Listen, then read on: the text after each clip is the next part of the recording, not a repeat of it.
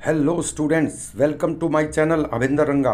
हिंदी व्याकरण में एक पार्ट आप कर चुके हैं, दूसरा पार्ट अब यहाँ से शुरू होता है। देखिए, आगे शब्द आता है स्टूडेंट्स। अक्सर हम ये शब्द जो है लिखते रहते हैं, लेकिन ये गलत लिखते हैं स्टूडेंट्स।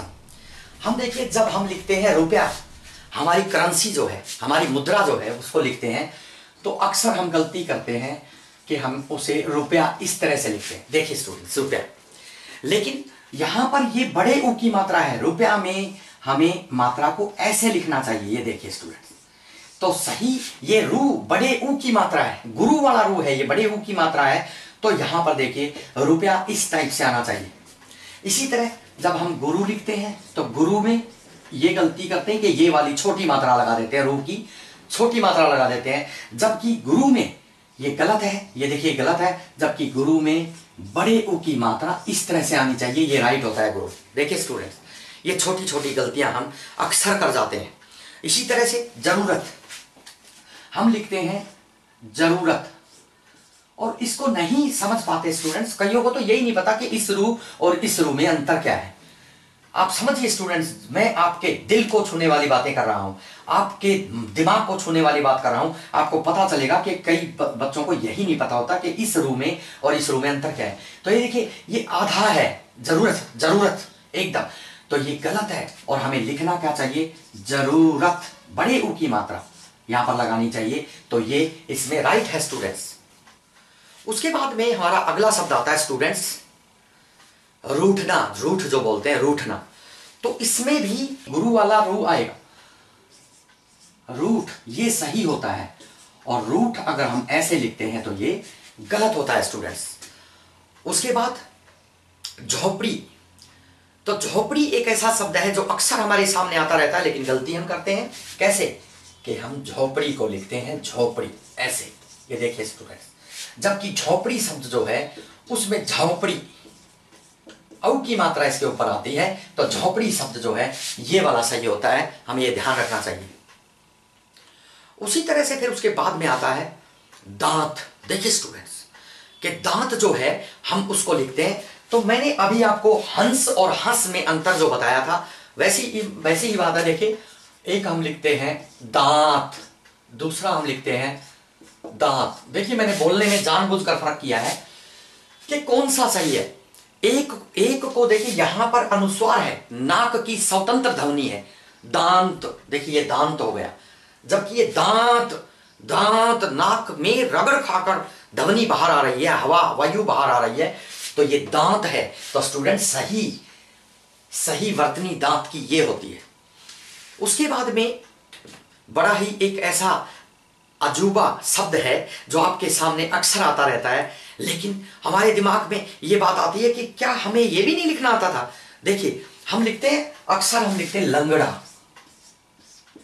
देखिए लंगड़ा शब्द लिखते हैं, और यहां पर हम जब बोलते हैं तो बोलने में भी गलती, और जब बोलने में गलती हो गई तो अंडरस्टूड है, लिखने में तो गलती होगी ही होगी, क्योंकि हम बोल क्या रहे हैं, हम बोल रहे हैं लंगड़ा। लंगड़ा, तो देखिए लंगड़ा नहीं, ये लंगड़ा होता है। देखिए कैसे, यहां पर चंद्र बिंदु, हमें इसको इस तरह से लिखना चाहिए, ये सही है लंगड़ा, और ये है लंगड़ा। तो यहां अनुस्वार आता है, ये बिल्कुल गलत है, अनुनासिक चंद्र बिंदु यहां पर आना चाहिए स्टूडेंट्स। देखिए कितनी छोटी छोटी गलतियां हमसे हो जाती हैं। आगे देखिए, कुंवारा। कुंवारा शब्द है, ये कई एग्जाम में जो शब्द आए हुए हैं मैं उन्हीं को आपको करवा रहा हूं। ये देखिए कुंवारा, हम बाद में देखेंगे गलत कौन सा है। और दूसरा लिखते हैं हम कुंवारा। देखिए ये है कुंवारा और ये है कुंवारा, तो शब्द सही कौन सा है ये हमें देखना है स्टूडेंट्स। या देखिए, हमें यहां दिखाई दे रहा है ये कुंवारा, क्योंकि हम बोलते कुंवारा है ना, इसलिए हमें ये सही लग रहा है कुंवारा, यानी रगड़ खाते हुए। और वो है कुंवारा, इसमें कुंवारा यानी पूरी अंग की स्वतंत्र ध्वनि है। लेकिन यहां स्टूडेंट्स हम बोलने में भी गलती करते हैं, क्योंकि हम बोलते हैं कुंवारा, और होता क्या है कुंवारा। ये देखिए कुंवारा, अंग की आवाज इसमें आनी चाहिए, तो ये स्टूडेंट्स इसके अंदर सही है और ये इसमें गलत है। इसी तरह देखिए स्टूडेंट्स, गेहूं, जो शब्द हर रोज हम लिखते हैं, पढ़ते हैं, हम उसके बारे में बात भी करते हैं क्योंकि हम खाते हैं। तो देखिए गेहूं, तो गेहूं के बारे में हम जब बात करते हैं तो जैसे हम बोलेंगे वैसे ही तो लिखेंगे, हम जैसे बोल रहे हैं वैसे ही लिख रहे हैं। देखिए गेहूं,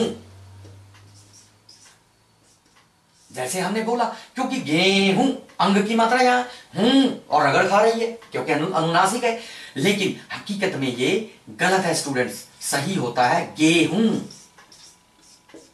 केवल यहां पर अनुनासिक है गेहूं और ये है गेहूं, तो गेहूं गलत है, गेहूं सही है स्टूडेंट्स, ये हमें याद रखना चाहिए। आगे देखिए, एक ऐसा शब्द बार बार जो है कॉम्पिटिटिव एग्जाम में आया है और स्टूडेंट्स को उसने भ्रमित किया है, वो क्या है? देखिए हम लिखते हैं अंतर, फिर राष्ट्रीय। देखिए मेरे लिखे गए किसी शब्द में जरूरी नहीं स्टूडेंट्स के मैं पहले गलत लिखूंगा बाद में सही लिखूंगा, ये ध्यान रखें आप। फिर हम लिखते हैं अंतरराष्ट्रीय। देखिए तो यहां पर अक्सर ये गलती होती है कि हम ये मात्रा इधर उधर सरका देते हैं। मैंने आपको ये बताया था कि जहां पर ऊपर जो फराटा आता है उसकी आवाज जहां पर आ रही है उस अक्षर से पहले, जिस अक्षर से पहले आ रही है उस अक्षर के ऊपर लगा दो। कैसे? देखिए अंतर, इसमें तो रे यहां पर लगा दिया पूरा, ये गलत है। लेकिन यहां पर अंतरराष्ट्रीय, अंतर रे जल्दी से बुला है तो अंतर तो तय के बाद रह गया है, तो इसके ऊपर जिससे पहले बुला है उसके ऊपर यहां पर जाना चाहिए। ये देखिए स्टूडेंट्स, सही शब्द जो है अंतरराष्ट्रीय, ये शब्द है जो कॉम्पिटिटिव एग्जाम में बार बार आता है। और अगर ये चार एक जैसे शब्द दिए जाते हैं तो अक्सर स्टूडेंट्स इसमें भ्रमित हो जाते हैं। ये बात आपको याद रखनी चाहिए स्टूडेंट। आगे देखिए अतिथि, तो अतिथि शब्द जो है अक्सर हम लिखते हैं तो ये ऐसे लिखते हैं अतिथि। देखिए स्टूडेंट्स, जबकि अतिथि शब्द जो है उसमें दोनों मात्राएं जो हैं वो छोटी होती है, तो अतिथि ये गलत है और अतिथि ये सही है। देखिए स्टूडेंट्स, इस तरह से हमें इसे लिखना चाहिए।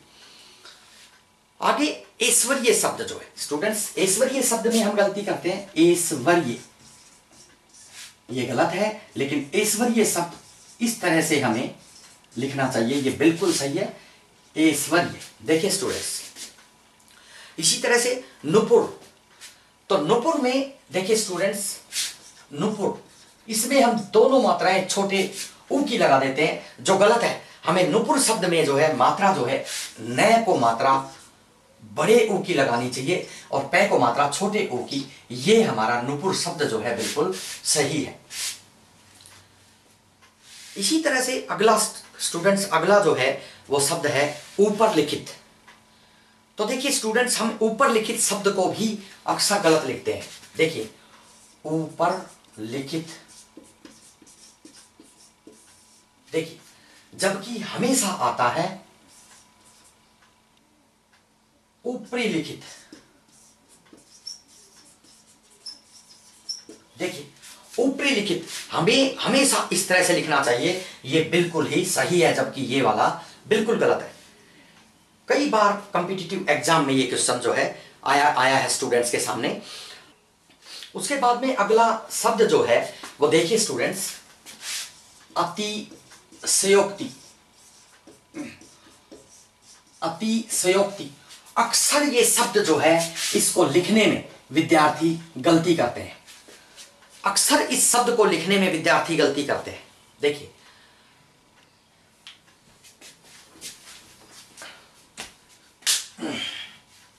स्टूडेंट्स, अगला शब्द जो है वो है अतिशयोक्ति।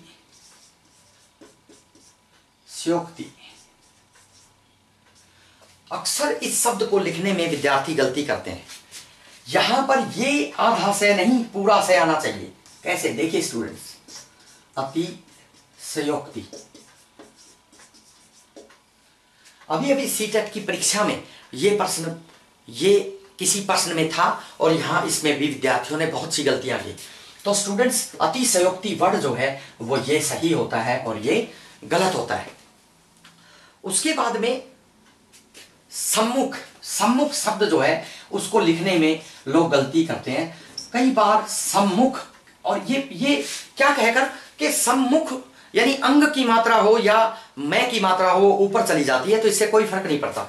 तो इसलिए जो है ये बिल्कुल गलत है, ऐसे नहीं लिखना चाहिए, हमें लिखना चाहिए सम्मुख।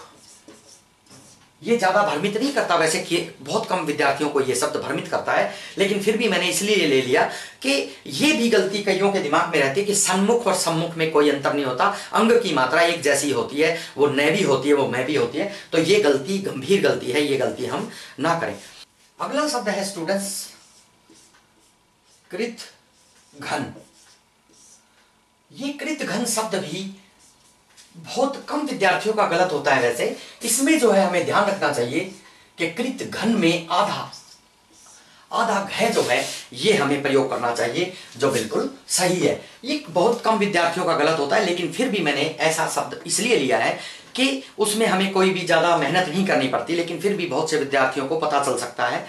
अगला जो है बहुत ही कंफ्यूजन पॉइंट है, जो अक्सर बड़े बड़े विद्वान जिसमें गलती कर देते हैं। देखिए स्टूडेंट्स, जो अपने आप को हिंदी के ज्यादा विद्वान समझते हैं वो भी इसमें गलती कर देते हैं। ये देखिए उपरोक्त, ये उपरोक्त कुछ भी नहीं होता स्टूडेंट्स, बिल्कुल ही गलत होता है, जबकि हकीकत में उपरयुक्त। देखिए रे ऊपर जाएगा, क्योंकि यहां पर भी देखिए ऊपर रे इसके बाद में बुला है, यानी इससे पहले बुला तो इसके ऊपर जाएगा। उपरयुक्त आधा कै और तय। ये देखिए ये शब्द जो होता है उपरयुक्त, ये तय है। तो ये देखिए ये शब्द बिल्कुल शब्द सही शब्द है और ये बिल्कुल गलत शब्द है। तो इस शब्द को बोलने में हमें और लिखने में, पहचानने में ये गलती नहीं करनी चाहिए, गलती बड़ी ही गंभीर है। स्टूडेंट्स, अब मैं आपके सामने एक ऐसा शब्द रखता हूं जो अक्सर बड़े बड़े विद्वान गलती करते हैं। देखिए स्टूडेंट्स, इसमें क्या है, महंगाई। महंगाई शब्द में हम इस तरह से चलते हैं, महंगाई। देखिए क्यों, क्योंकि हम बोलते ही महंगाई है तो लिखें भी वैसे ही। जो बोलने में गलती करते हैं तो लिखने में भी गलती होगी। लेकिन कई बार ऐसे होते हैं कि हमें बोलना भी नहीं आता तो लिखें भी हम गलत गए। ये बात एक स्वाभाविक सी बात है, लेकिन जब हम बोलते ही गलत है तो लिखना स्वाभाविक सी बात है कि लिखना भी गलत ही होगा। तो स्टूडेंट्स देखिए, यहां पर हम बोलते हैं महंगाई, लेकिन हकीकत में ये होती है महंगाई। महंगाई देखिए स्टूडेंट्स, यहां पर चंद्र बिंदु यानी अनुनासिक जो है वो है के ऊपर आता है, लेकिन ये हम मैं के ऊपर लगाकर ये गंभीर गलती कर देते हैं और ये गलत हो जाता है। इसलिए हमें इस शब्द की तरफ खास ध्यान देना चाहिए। इसलिए हमें इस शब्द की तरफ खास ध्यान देना चाहिए, क्योंकि ये महंगाई है। महंगाई कि ये महंगाई नहीं है, महंगाई है। तो देखिए स्टूडेंट्स, इस तरह से मैंने उन शुद्ध वर्तनी के उन शब्दों को आपके सामने रखा है जिनकी तरफ हमें विशेष ध्यान देना चाहिए। स्टूडेंट्स, यहां पर मेरा बताने का मतलब आपको ये है, आप याद रखें कि ये सभी को पता है होता है, किताबें लेकर सामने सभी बैठ जाते हैं, लेकिन हमें एक बात का बिल्कुल पता नहीं होता। वो बात हमें याद रखनी चाहिए कि हमें पढ़ना क्या है और हमें क्या नहीं पढ़ना है। देखिए जब हम इनको लेके बैठते हैं तो हम सामने देखते चले जाते हैं, हाँ ये भी हमें आता। देखिए हमारे मन में क्या होता है, सामने रखे हो ये भी आता है, ये भी आता है, तो आसान है, और उठाकर किताब बंद। ये हमारी पढ़ने का तरीका होता है। लेकिन स्टूडेंट्स, मैं आपको ये बताता हूं, आप याद रखें कि जब भी आप इन शब्दों पे अध्ययन करें, तो अगर आपने मेरी ये वीडियो मूवी अगर आपने देख लिया है, अगर मेरा ये वीडियो लेसन आपने देख लिया है, तो मैं गारंटी से कहता हूं कि आपको किसी शब्द पे परेशान होने की आवश्यकता नहीं है, क्योंकि इससे आउट कुछ भी नहीं है। ये मैं आपको बता देता हूं, मैंने हर शब्द को चूज कर लिया है, इसमें मैंने कुछ भी नहीं छोड़ा है, और जो छोड़ दिया है वो आसान है, वो मैंने लिया नहीं है, तो वो तो आपको आता है, उसमें क्या है। लेकिन आपको क्या नहीं आता है, मैंने उसको फोकस किया है। तो सबसे पहली बात मैंने यही आपको बताई कि इस पे अध्ययन, पूरे लेसन पर अध्ययन करने के बाद आपको परेशान होने की आवश्यकता नहीं है, क्योंकि जो बच गए हैं वो आपको आते हैं स्टूडेंट्स। इसलिए कभी भी इस चैप्टर को जब आप पढ़ें, अगर आप किसी को राय भी दें, अगर आप किसी को समझाएं कि तैयारी कैसे करनी चाहिए, तो मैं आपको बताता हूं कि आप उन शब्दों की तरफ ध्यान ना दें जो आपको आते हैं, आप केवल उन शब्दों को पर ध्यान दें जो आपको नहीं आते हैं, जिन पे आपको थोड़ा सा डाउट होता है, और उनको फिर लिख कर देखें। आपको अपने आप पता चल जाएगा कि इस पूरे चैप्टर में मुझे 10 शब्द लिखने नहीं आते, और याद रहे कि जो एग्जाम में आते हैं वो उन्हीं 10 में से होते हैं। इसीलिए हम 2 नंबरों से एग्जाम में रह जाते हैं। क्यों? क्योंकि हम ये सोचते हैं हमें सभी आता है, हमें 90 आता है, लेकिन आपको ये भी तो पता होना चाहिए कि जो नहीं आता पेपर सेटर तो उसी को लेता है। और ये तो चैप्टर ही ऐसा है, इसमें आसान कौन देगा भाई, इसमें तो वो छांट कर ही देगा आपको और आप उनको पढ़ के नहीं जाएंगे, ये उसको भी अच्छी तरह से पता है। तो इसलिए आप मेरे इस चैप्टर पर खास ध्यान दें। मैं गारंटी से कहता हूं कि इस चैप्टर से आने वाले किसी भी एक क्वेश्चन में आपको बिल्कुल परेशानी नहीं होगी। तो स्टूडेंट्स, अपने इस चैप्टर को मैं यहीं पर समाप्त करता हूं और अगला हिंदी का लेसन लेकर जल्द ही आपके समक्ष प्रस्तुत होता हूं। और लगातार सभी विषयों पर हमारे लेक्चर जो हैं इसी तरह से स्टार्ट रहेंगे। आप ये ना समझें कि इंग्लिश, रीजनिंग, मैथमेटिक्स, जीके और अन्य विषय जो भी मेरे विषय रहे हैं उन सभी पर मेरे लेसन लगातार जारी रहेंगे। धन्यवाद।